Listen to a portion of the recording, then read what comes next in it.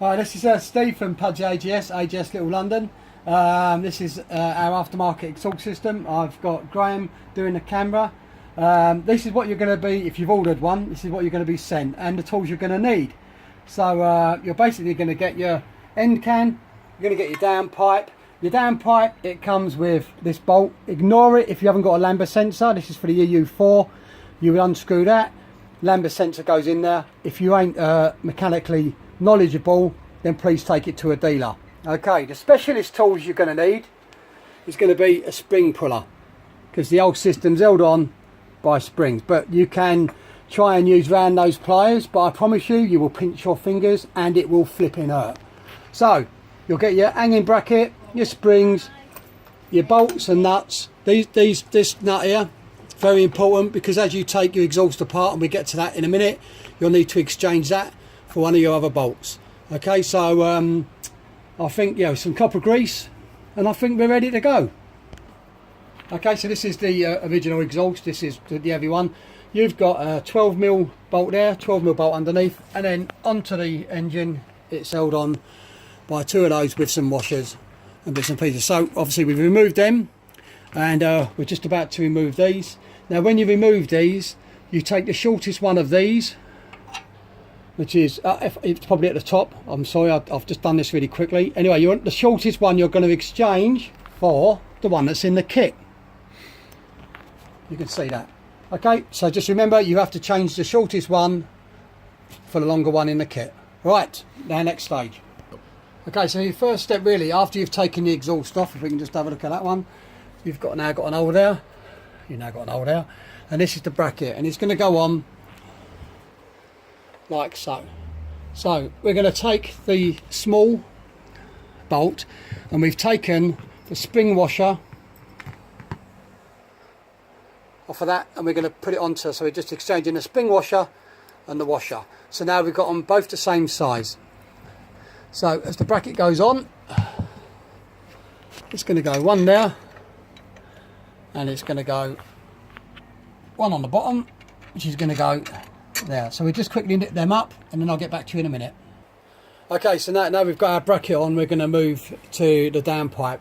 Now what we've done is we've put the gasket on with a bit of paste, and it's been on for about 5 minutes. It stays on there, just stops it from slipping off. You don't have to use it, but believe me, when it's fallen off a few times and it starts blowing, you're going to wish you had. Okay, what's important is the gasket that's actually in the engine, you leave it in now. This one is going to go straight on top like that. Okay, so make sure with this bracket you don't do anything up until everything's on. As you can see, I've left everything loose, and there's a good reason for this. So we're going to put the bracket on, standpipe on now, and then we go to the next stage. Okay, right, so ignore everything I just said for a minute, because as Graham pointed out, we actually have to put the end can on the downpipe. So this is this is where you need your spring puller or your long nose pliers that are definitely going to pinch your finger.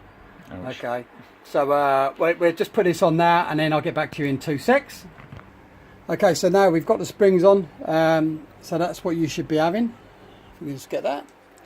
So now what we're going to do is we're going to connect this. This is quite where it's quite handy to have a friend with you, because we want to someone to hold this while all we're going to do is put the bolts on, the nuts on the bolts there, just to keep it in place when it's actually in there. Okay, so we'll just do that and get back to you in a second. Okay, so what I've done now is I've just nipped the two nuts up, the 10 mils with this. It's still quite flexible. Well, I said we don't do anything up tight until we've got everything in place. So when you get one of these, it's going to come and the rubber's going to be off of it. Make sure you put the rubber on.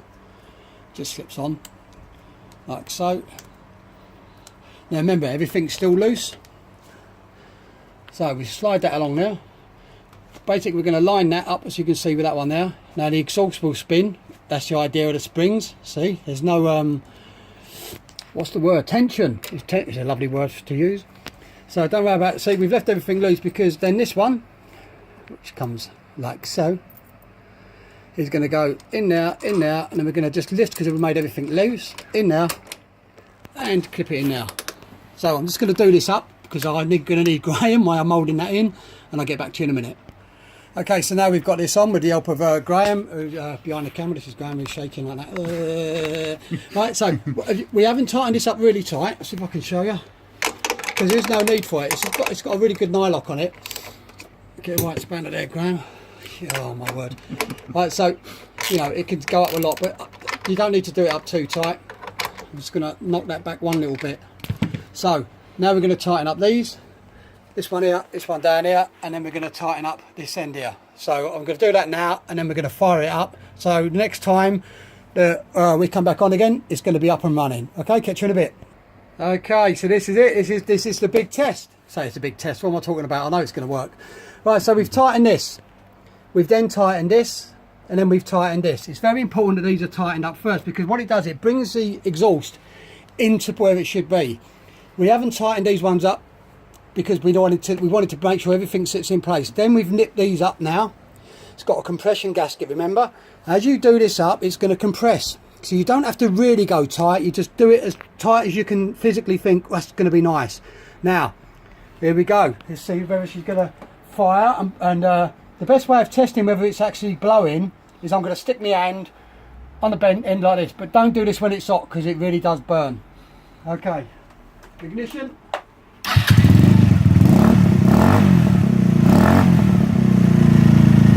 Okay, now, just to check it ain't blowing, I'm going to stick my hand over it. Absolutely perfect. Doesn't that sound good? Okay, so that's how you fit the A.M.O.S original exhaust. Please, if you feel you can't fit it, please don't try. Take it to a dealer. It's worth paying the money. If you do have a Lambert sensor, it's probably best to take it to your dealer. But thanks for watching, and hopefully this step-by-step video will help you to fit probably one of the best, if not the best, Modena exhaust systems in the world.